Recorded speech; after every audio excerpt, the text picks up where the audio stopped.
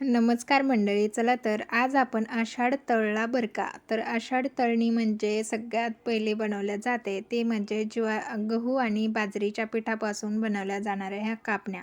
तर आता वेगवेगळ्या भागात वेगवेगळी पिठं वापरून करतात, पण आमच्या भागात तरी बाजरीचं पीठ आणि गव्हाचं पीठ एकत्रित करून मस्त खुसखुशीत आणि कुठलाही सोडा न वापरता खुसखुशीत कापण्या तयार होतात. तर 1 वाटी गूळ घ्यायचा, त्यामध्ये 1 वाटीच आपल्याला पाणी घालून घ्यायचं आहे. मी जरी ग्लासाने टाकलं असलं तर ज्याच्या त्याच्या भांड्याचं माप आपल्याला माहीत असतं. तर 1 वाटी गुळासाठी 1 वाटी पाणी घातलेलं आहे यामध्ये. कारण हे प्रमाण तुम्हाला सांगितलं कारण मग गोड जे आहे ते प्रमाण कमी होत नाही आणि हे पीठ जेवढं आपण पीठ घेणार आहोत त्याला बरोबर होणार आहे. कारण मी 2 वाट्या थोडक्यात पीठ म्हणजे सॉरी 2 वाट्या बाजरीचं, 2 वाट्या गव्हाचं म्हणजे 4 वाट्याला आपण इथे 2 वाट्या म्हणजे 1 वाटी गूळ आणि 1 वाटी पाणी असं वापरत आहोत आणि अगदी परफेक्ट प्रमाण आहे. तर न चुकता तुम्ही अशा पद्धतीने प्रमाण घ्यायचं आहे. तर इथे 2 कप आपण गव्हाचं पीठ, 2 कप बाजरीचं पीठ घेतलं, ते मिक्स करायचं. त्यामध्ये चवीला मीठसुद्धा घातलेलं आहे आणि हे एकजीव करून घ्यायचं आहे व्यवस्थित एकसारखं. हे सगळं पीठ एकसारखं करून घ्यायचं. अ, आणि त्यानंतर इथे 2 ते 3 चमचे साजूक तूप कडकडीत गरम करून घेतलेलं आहे आणि हे कडकडीत मोहन ह्या पिठामध्ये घालायचं आहे. कारण याने काय होतं आणखीन हलक्या खुसखुशीत तयार होतात. त्याचबरोबर तुपाचा छान असा स्वादसुद्धा ह्या कापण्यांना लागतो आणि खाताना सुद्धा खूप चवदार ह्या कापण्या लागतात. त्यामुळे तुमच्याकडे तूप नसेल तर तुम्ही अगदी नॉर्मल जे तेल वापरतात ते तेल 2-3 चमचे घ्यायचं आहे. कडकडीत गरम करायचं. तेलाचं मोहन घातलं तरी तितक्याच खुसखुशीत आणि छान आपल्या कापण्या तयार होतात. आणि आता हे आपल्याला तूप जे आहे ते चोळून सगळ्या पिठात घेतलेलं आहे. त्यानंतर हे गुळवणी आता नॉर्मल थंड झालं आहे. हे पटकन थंड हो यासाठी मी गाळून घेतले एका भांड्यामध्ये आणि आता हे भांडं आपण थोड्या वेळासाठी फ्रीजमध्ये ठेवणार आहोत. तर वेळ असेल तर वरतीच थंड करा, वेळ नसेल तर फ्रीजमध्ये ठेवून मी इथे थंड करून घेतलेलं आहे. आणि आता हे थंड झालेलं गुळाचं पाणी जे आहे ते अशा पद्धतीने थोडं-थोडं घेऊन आपल्याला हे पीठ मळवून घ्यायचं आहे. एक सोबत सगळं गुळाचं पाणी यामध्ये घालायचं नाही. कारण कमी झालं तर हरकत नाही, पण जास्त होऊ शकतं. प्रमाण अगदी अचूक आहे, पण तुम्ही मळत असताना, तुम्ही गुळाचं पाणी तयार करत असताना जर कमी जास्त झालं, तर मात्र असं करू नका. हे प्रमाण अगदी अचूक आहे, तरीसुद्धा सांगते. त्यामुळे आपलं पुढची घाई न करता थोडं-थोडं गुळाचं पाणी घालून हे मळून घ्यायचं आहे. सर्व इथे गुळाचं पाणी आपण वापरलेलं आहे आणि अगदी परफेक्ट झालेलं आहे गुळाचं पाणी तुम्ही पाहू शकता. आता पीठ भरपूर वल्लं आहे, त्यामुळे जे काही कोरडं पीठ आहे ते त्यामध्ये व्यवस्थित मळल्या जाणार आहे. तर आता हे दोन्ही हाताने मी व्यवस्थित मळून घेते. या स्टेजला तुम्ही 2-3 चमचे नॉर्मल पाणीसुद्धा वापरून चांगला डो तयार करून घेऊ शकता. आपल्याला पाण्याची गरज पडली नाही, पण तुम्हाला लागल्यास तुम्ही नॉर्मल पाण्याने छान असा डो तयार करून घेऊ शकता. तर इथे आपला पिठाचा गोळा तयार आहे. तर चला आता कापण्याला लावण्यासाठी महत्त्वाची लागते ती खसखस.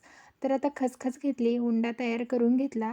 त्याला दोन्ही बाजूने तेल लावायचं आणि सरसर हा उंडा लाटून घ्यायचा. लाटताना अजिबात हा उंडा जड जात नाही. एकदम सहज ही पोळी लाटल्या जाते. बाजरीच्या पिठामुळे थोडीफार चिरडते, पण आपण नंतर ना काठ आपण व्यवस्थित कट करून घेणार आहोत. त्यामुळे थोडेफार चिरटलेले काठ काही हरकत नाही.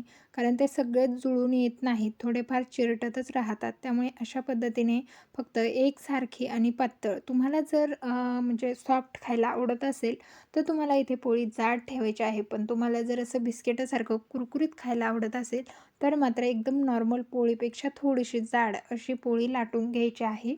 म्हणजे मग तुमच्या कापण्या ज्या आहेत ते एकदम खुसखुशीत, कुरकुरीत तयार होतात. अगदी बिस्किटासारख्या लागतात. त्यावरती अशा पद्धतीने खसखस जे आहे ते पेरून घ्यायची आहे, म्हणजे टाकून घ्यायची. पुन्हा एकदा बेलण्याने ही खसखस जी आहे ते लाटून घ्यायची, म्हणजे व्यवस्थित आपल्या कापण्याला राहते. नाहीतर आपण जर अलगद हाताने खसखस लाटली, तर मात्र मग ती तेलामध्ये आपण कापण्या सोडल्यानंतर लगेचच निघून येते. तर दोन्ही साईडने सेम पद्धतीने आपल्याला खसखस टाकून घ्यायची आहे. खसखस टाकल्यानंतर हे पहा जोर लावून आपल्याला हे लाटून घ्यायचं आहे. अलगद हाताने लाटू नका, नाहीतर मग सगळी खसखस निघून जाईल. त्यानंतर आपले चिरटलेले जे भाग आहेत पोळीचे ते आपल्याला अशा पद्धतीने कट करून घ्यायचे आहे. हे तुम्ही कट केलेले भाग असेच तेलात तळू शकता किंवा मग पुन्हा पोळी लाटू शकता. पण याला आपण खसखस लावलेली असल्यामुळे याला पुन्हा लाटायचं म्हटलं की मध्ये खसखस जाते. त्यामुळे शक्यतो अशाच पद्धतीने ठेवायचे. त्याचे छोटे-छोटे तुकडे करून तळले तरी छान लागतात. आता पहा आपल्याला इथे 1-1 इंचावर छान अशा कापण्या तयार करून घ्यायच्या आहे. परफेक्ट 1 इंचावरती मी इथे कापण्या पाडून घेतलेल्या आहे. एकसारख्या कापण्या आपण करतोय. आता कापण्या कट करत असताना क्रॉसमध्ये कट केल्या जातात. त्यामुळे आपण ह्या क्रॉसला इथे अशा पद्धतीने एकसारख्या कापण्या कट करून घेणार आहोत. ही सुद्धा साईज आपल्याला 1 इंचाच्या अंदाजेच अशी कट करायची आहे. म्हणजे दोन्ही साईज एकसारख्या येतात आणि त्याला म्हणजे पंचकोनी आपली कापणी तयार होते. तर पहा इथे छान अशा आपल्या कापण्या कट करून झालेल्या आहेत. आता ह्या कापण्या आपल्याला तळण्यासाठी मी इथे तेल ठेवलेलं आहे. तेल एकदा यूज केलेलं आहे त्यामुळे त्याचा थोडासा कलर असा पिवळा दिसत आहे. तर आता तेल चांगलं गरम झालेलं आहे. आता यामध्ये सर्व कापण्या टाकून पाहूया. पण अगोदर तेल गरम आहे का हे चेक करण्यासाठी थोडंसं पिठाचा गोळा टाकून पहा. व्यवस्थित तेल गरम झालं की मग त्यामध्ये सर्व कापण्या अशा पद्धतीने टाकायच्या आणि दोन्ही बाजूने मस्त डार्क कलर येईपर्यंत तळून घ्यायच्या आहे. कापण्या अगदी झटपट तळल्या जातात, जास्त वेळ लागत नाही.